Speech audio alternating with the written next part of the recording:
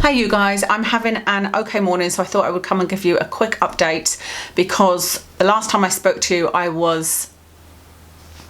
had a good week. I'd had 4 out of 5 I think good days, or maybe only 2, I can't remember, but I know I had a week where I had 4 out of 5 sticker days, as I call them, for my head, and then it just went downhill from then, and I have had 12 days of no let up from the migraine, and so it's been really bad. And I don't think I've ever told you guys the exact symptoms that I get from my migraine, because it is not, I think everybody always assumes that with a migraine that it is a headache. It's just a really bad headache, and often it is, and that's how actually mine started. And this is a journey that I have discovered that a lot of migraineurs, as we call ourselves, have been on, that it used to be like that. It started off, I would get the most awful headache, and it would start at like 2 o'clock in the afternoon, and it would just be unbearable, but it would only be occasionally. And then as you kind of get older, it seems that the migraines change and the experience changes, and there's different kind of things added in. And so for me, I think I've said though 3 or 4 years ago is when it got really severe, and it wasn't just occasionally, it was every day. But when I say it was every day, it wasn't, I didn't wake up every day with a headache, but what I would get would be dizziness. I get this, and I was calling it muggy headedness, but that's not what it was. I was calling it foggy brain. I would call it all different types of things, and I think that's part of the reasons why the GPs couldn't help me that much, because I would go in and say, oh, I'm just really tired, but it's not really tired, but I don't know how to explain it. You know, I couldn't really put into words what was going on. Never even thought to call it dizziness or lightheadedness. But when I read that about migraines, I was like, that's what it is. I'm lightheaded because I feel like if I got up really quickly, I feel like I would faint, and I have to walk really slowly, and I can't look at a computer, and I can't read a book, and I've also got noise sensitivity. So that, what I found out is an aura. That is a type of aura. That is something that happens before a migraine.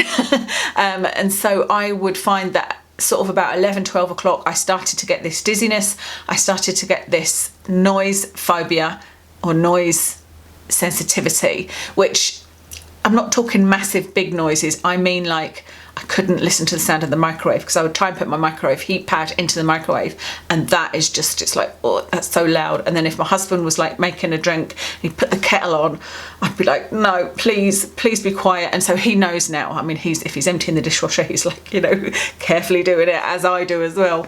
And so noise sensitivity and dizziness is what I get sort of in the middle part of the day, and that leads on. That is like, oh, okay, I know I'm going to get a painful headache later. But the headache is sometimes bearable. It's actually, to me, the dizziness and the noise phobia, etc., that is unbearable. I don't so much get light phobia. Oh, I keep calling it phobia, I'm not sure why. Light, I think it's because it's called, phonophobia. Because it's called phonophobia, or the light one is called something else phobia. That's why I think I'm using that word.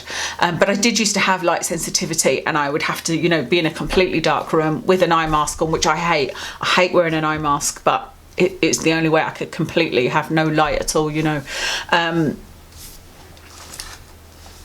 But what was I saying? Yeah, sometimes the head pain is bearable, and like I said, it's actually the dizziness that really kind of stops me in my tracks, because with the head pain, paracetamol and codeine does actually work for me. It does either take the headache away or take it to a level that is bearable.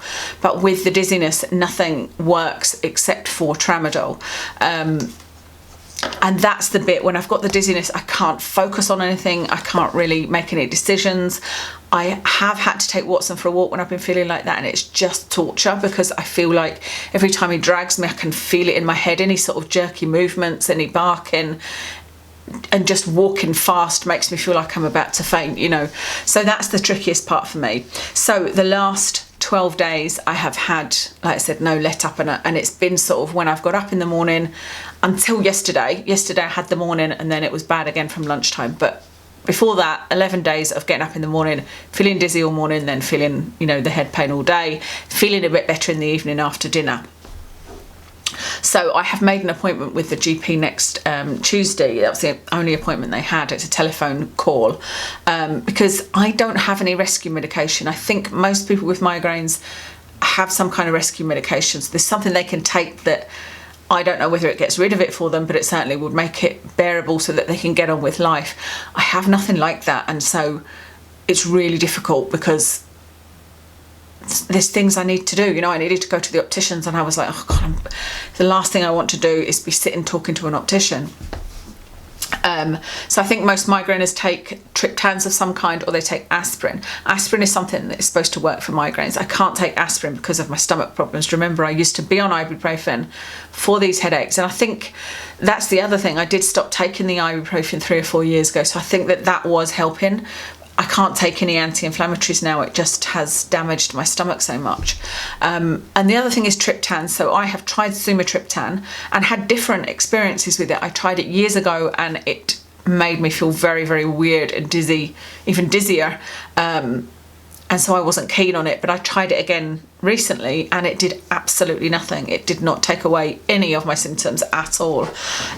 So I've got a feeling that another triptan will be suggested, maybe zolmitriptan, but I'm not sure if I'll be able to take it now because I'm now on this bisoprolol, which is to reduce my heart rate because I have tachycardia. So I have a high heart rate, high blood pressure, high cholesterol. I'm not sure that it's appropriate for me to be on triptans. That's one of the issues with triptans. The other issue with triptans is that you're not supposed to take them more than, I can't remember, it's 2 or 3 times a week. But there's certainly a limit. They're not something, you will only get 6 at a time, or certainly that's what I've got before, 6 at a time, because you're not supposed to take them that often. So I don't know if they'll be appropriate. So I don't know what I'll be offered. Possibly gabapentin. They might want me to try gabapentin. I'm really not keen on trying gabapentin for a couple of reasons. One, my dad was on gabapentin. It did eventually work for him when he got the dose right for his diabetic neuropathy, but the getting to the point to find the dose right was hideous for him. You know, he was really, really depressed and dizzy, felt awful, felt like he actually fell a couple of times while he was on it. I also worked with that drug a lot on studies when I was in the hospital and read a lot of horrendous things about it. And then even worse than that, I had a friend whose husband was on it for pelvic pain and he became suicidal on it and actually had been thinking about throwing himself in front of a train. So it's really not a drug I'm interested in taking, although I know that it can work. But my biggest thing with gabapentin is it's something you take every day, all day. It's not something you take when the pain occurs. And by the way, there is controversy as to whether migraines are a neuropathic disease or not. But yeah, gabapentin is something you take daily. And I thought, well, if I'm doing that, how will I know if the Botox is working? How will I know if the other injection I'm to get is working? There'd be no way of telling. What I need to have is rescue medication for when the migraine happens. So I am going to try and be brave and ask for tramadol on Tuesday. And let me tell you, I don't do that lightly because I've been on the full dose of codeine for years until recently, where I can easily go a few days without it. And I never thought that would be the case. Codeine doesn't take away the dizziness, it never has. And some people think that tramadol is about the same level as codeine in that it's an opiate and it's a weak opiate. Other people think that it's stronger. I think it's just depends who you speak to. It's not necessarily one that should be taken for migraine, certainly not long term, but it is one. There was a study done, although it's old. I've printed it out. I'm going to discuss it with the doctor on Tuesday in case she's, says no, absolutely not, it's not for migraine. There is a study proving that for moderate to acute migraines that tramadol works with paracetamol. And so, I'm only asking for this short term because I want to know if the Botox is working. I think that the Botox may work when I get more of it because, I've not got enough, and maybe that was just a little glimpse of it working.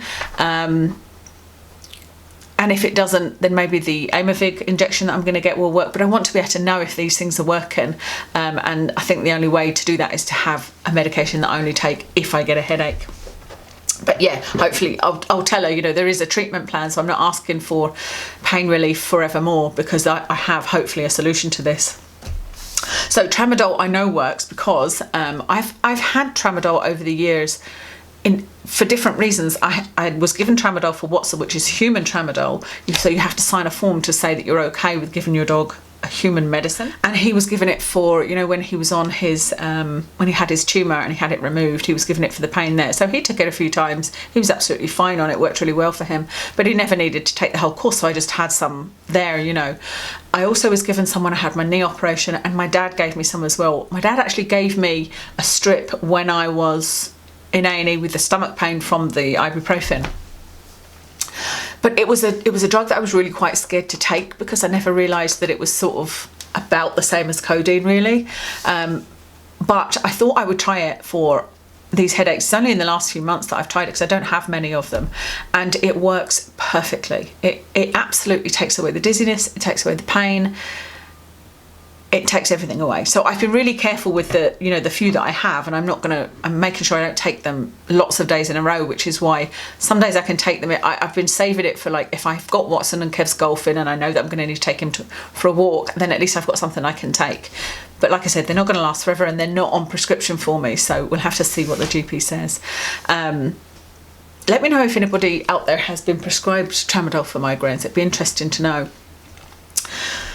So that's what I'm doing. That's my plan. I've also made an appointment with a local chiropractor next Friday, so a week today. Today is Friday, although this won't go up probably until next week. But I've made an appointment because, do you remember I had gone to the main one and then I wanted to see if the Botox worked before starting a process of treatment with chiropractic. But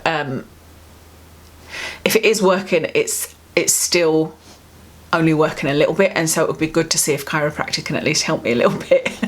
So I'm going there next week, and like I said, I've got the GP as well, so we'll take it from there. Today so far is fine. I have taken no pain relief this morning at all. I can feel that I've got a bit of a headache coming on, but the headache side of things, like I said, is bearable for me. It's not something that will stop me. Don't get me wrong, I'd like to get rid of it, of course, but that's not what stops me in my tracks. It's the dizziness, and so far today I don't have that. But I had that yesterday as well. It came on around about 11 o'clock, so what is it now? 10:30. So we'll see. We'll see how the rest of today goes. Keep your fingers crossed for me. So I thought I'd come and update you because obviously it looked like the Botox was working. I'm not given up on the idea that the Botox was working, but I think that if it is going to work, then this full dose that I'm going to get at the end of March might do something. We'll see. I've still got another 6 weeks to see how that goes, but obviously now the Botox will start tapering off, and when I looked into studies and whatnot, it did say that the good effects of Botox, if people had a good result from Botox, it started wearing off at 8 weeks, and so I'm currently at 6 weeks, and so there's only another 2 weeks for it to be good, if you see what I mean, before it starts tapering off. So we'll see. Anyway, thank you very much for listening, and I will speak to you again soon.